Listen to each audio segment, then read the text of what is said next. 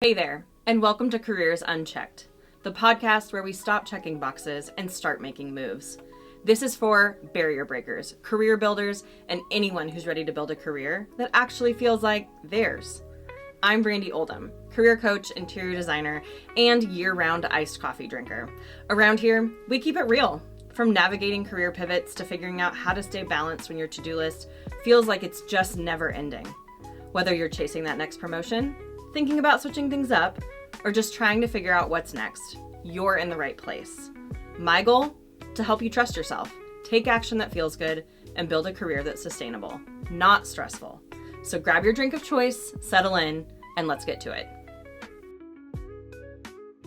I'm hearing from so many clients about how they are working longer hours than ever before, caught between their own work and their team's needs. So if you're answering emails at midnight, this episode is for you. Here's how to create boundaries that protect your sanity without limiting your impact. Let's talk about this. I am just as guilty of this, of doing emails late at night. I have had burnout 3 times. I hate admitting that, but that's the truth. So I know what it feels like when you feel like the world is crashing down around you. You've got so much work that you need to do, and you're just constantly on the rat race trying to pick up and get ahead. Why does this happen? Well, number one, there's this idea of this prove yourself pressure. So many of my clients actually get this right when they first get a new job. They feel like they need to prove that they're committed by always being available, right? It's easy to think if I'm always reachable, my team will see that I'm invested. So that double happens when you get a new job.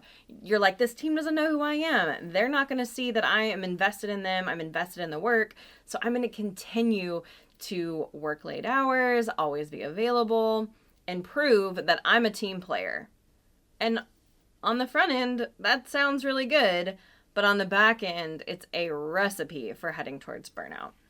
There's also this big fear of just letting people down, right? Maybe you've caught yourself thinking, if I don't answer this email, my team won't think I will care. Or if I don't get back to this friend right away, they're going to think I'm not, invested in our relationship. We can't let the fear of letting people down allow us to get into this place where we're just overworked and exhausted, right? And then there's the invisible work trap. If you're a manager, I guarantee you're balancing your own workload plus supporting your teams, right? The line between your work and their work can get really blurry. And this also goes for work outside of the home, right? As a mother, there are things that I do that are constantly in my mind, even while I'm running my business. That's the invisible work that's happening behind the scenes. If you haven't heard of Fair Play, that's something I would recommend. Just a shameless plug here. Okay, so staying plugged in 24/7 does not make you a better employee. It makes you a burnout one, and it happens very quickly. So what can we do about it? If you have found yourself in this, you're listening to this and saying, yep, that's me, I'm going to tell you right now, you're on the road to burnout. But I have solutions. So number one, if you haven't heard of the power hour rule, I would love for you to put this in your tool belt. Block 1 hour each day of focused deep work. That means no Slack, no email, no interruptions. It is deep work that you're able to do to actually move yourself forward. And I want you to think about when your brain works the best. For me, that's early morning. So I try to put my power hour earlier in the day because as the day goes on, my brain just doesn't focus quite as well. And if you're thinking, I don't have an hour, I can't do that, I want you to start with something that does feel manageable. So maybe 15 minutes, 30 minutes, and see, oh, I can do that. I can work myself forward.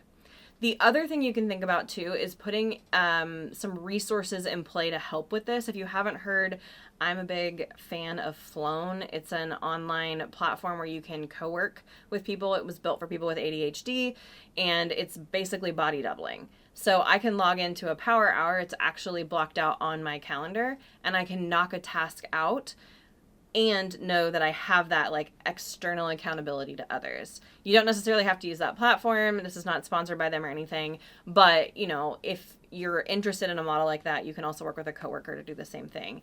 Having external accountability will hold you to that goal. Okay, so we've got the power hour. Now what about this reply next or like reply strategy that I like to talk about. So if you get an email from somebody and you know that it's going to derail what you're working on or it's going to cause you to lose focus, you can put a template in your email inbox that says something along the lines of, hey, so-and-so, I saw your message and I'm going to get back to you with an answer by noon tomorrow or by Friday. Let me know if this is time sensitive. What it does is it acknowledges your email and it allows you to take control back so that you can actually fit it into your schedule when it makes sense for you. I'll be the first to admit I am the worst at doing this, but it is something that I'm trying to implement more and more because my inbox can get so full, especially if I've done like a speaking engagement. Whew, I'm done for a week. That inbox is so full. The other thing that you can do is schedule send. So if you happen to know that you work with a coworker that is like the ninja of emails and can just get back to you so fast, you can always use the schedule send option to buy yourself some time. So reply and then schedule that email to arrive in their inbox later in the day or the next morning to kind of give yourself some buffer with that response. Remember, in the business world, 24 to 48 hours is a perfectly acceptable response, and it doesn't necessarily mean that you have to address the topic. It's just address that you got the email. And we're all going to go through phases where this works really well and it doesn't. So give yourself some grace too. All right. And then this is one tip that I put into play probably 10 years ago, and it is my game-changing tip. I tell all my clients about it, and now I'm going to share it with you. It's called the non-negotiable list.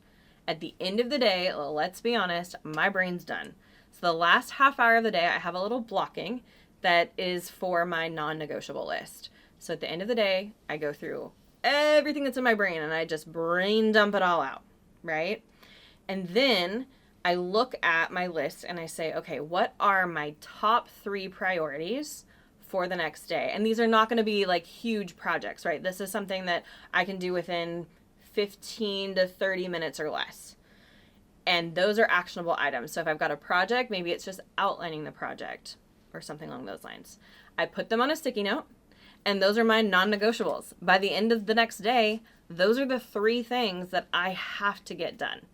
It helps keep me focused and on track and moving forward, because the reality is consistency is where we see growth, not necessarily these big like leaps forward. Boundaries don't mean that you're unavailable. In fact, it just means that you're intentional and that you value your time and other people's time in a high regard. So, what are some scripts we can use for communicating boundaries to where it doesn't feel like you're just saying no, but instead you're valuing your time, your impact? So maybe to your team you say, I'm committed to giving you my best during the workday. So I've started blocking off focus time every morning. If something is urgent during that time, please reach out to me via phone or please reach out to me via Slack. But during that time, I am going to be doing my focus work so that I can bring the best results to the team. Maybe you're a manager and you realize that you give better guidance to your team early in the morning and when you've had time to check out from the full day. So maybe you tell your team, just so you know, I'm going to set up dedicated time in the morning between 8 and 10 a.m. to help drive any guidance that you might need for your day. But after 6 p.m. in the evening, I really need that time to unplug with my family. That gives me that break from work, so I come back in the morning with fresh ideas. Not only does that show your team that you value your family or your outside of work life, but it also helps them know when to talk with you about setting guidance for the day when your brain's going to work the best.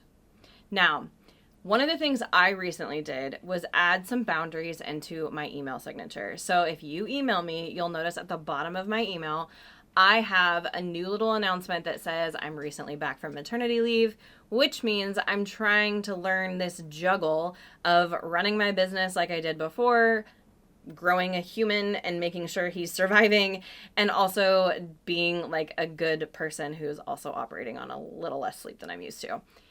What that means is my email response may be delayed.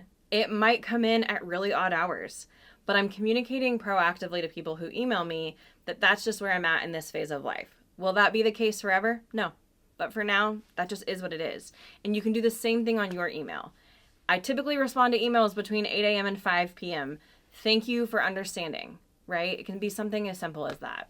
Your boundaries aren't walls. I just want you to know they're guardrails that enable you to show up as the very best version of yourself. And that's something everyone on your team could and should appreciate.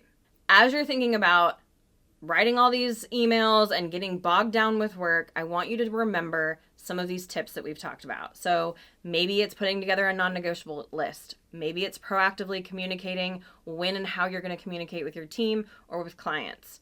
Whatever works for you, I want you to at least try one thing this week.